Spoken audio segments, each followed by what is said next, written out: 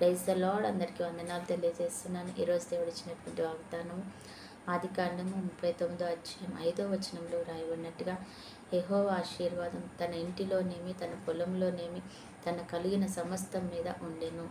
ఆయన ఆశీర్వాదం అంట మన ఇంటిలోను మన పొలములోను మనకి కలిగిన సమస్తము మీద ఉంటుందంట.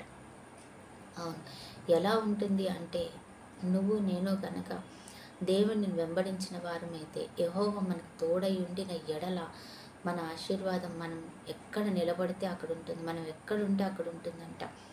ఇది దేవుడు యోసేపుని గురించి మాట్లాడిన మాట.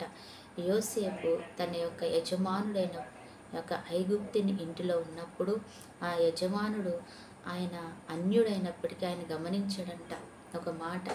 యోసేపుని ఎక్కడ పెడితే అక్కడ ఆయన ఆశీర్వదించబడుతూ ఉన్నాడంట.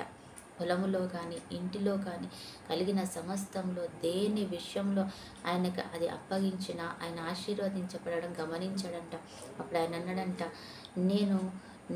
నీకు దేవుడు తోడై ఉన్నాడు, నీ దేవుడు నీకు తోడుగా ఉన్నాడు యోసేపు. ఎందుకంటే నువ్వు ఎక్కడుంటే నేను అక్కడ ఆశీర్వదించబడుతున్నాను, నేను అది గమనించుకున్నాను అని చెప్పాడంట. మరి దేవుడు, నువ్వు నేను కూడా ఒక యోసేపు లాంటి వారమైతే, దేవుడు తోడుగా ఉన్న వారము అయితే, దేవునిని మనం మన జీవితంలో మన హృదయంలో కలిగి ఉన్న వారము అయితే, నువ్వు నేను కూడా ఎక్కడున్నా మనం ఆశీర్వదించబడతాం కదా. మన ఉద్యోగంలో మనం ఆశీర్వదించబడతాం, మన వ్యాపారంలో మనం ఆశీర్వదించబడతాం, మన కుటుంబంలో మనం ఆశీర్వదించబడతాం, బంధువుల మధ్యలో మన ఆరోగ్యంలో ఆశీర్వాదకరంగా ఉంటాం. ప్రతి అంశంలో దేవుడు నిన్ను నన్ను ఆశీర్వాదకరంగా ఉంచుతాడు.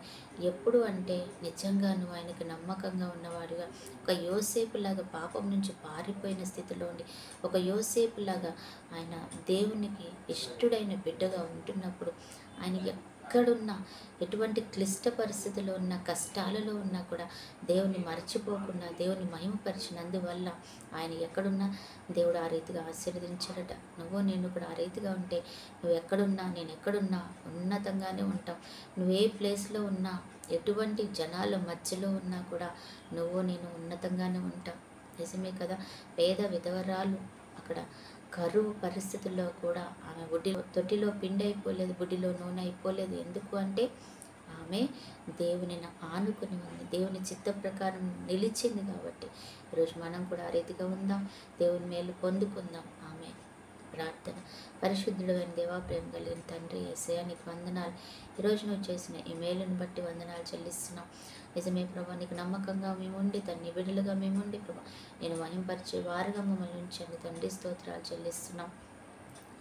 మీరు చేసిన ప్రతి మేలుని బట్టి కూడా కృతజ్ఞతలు చెల్లిస్తున్నాం తండ్రి.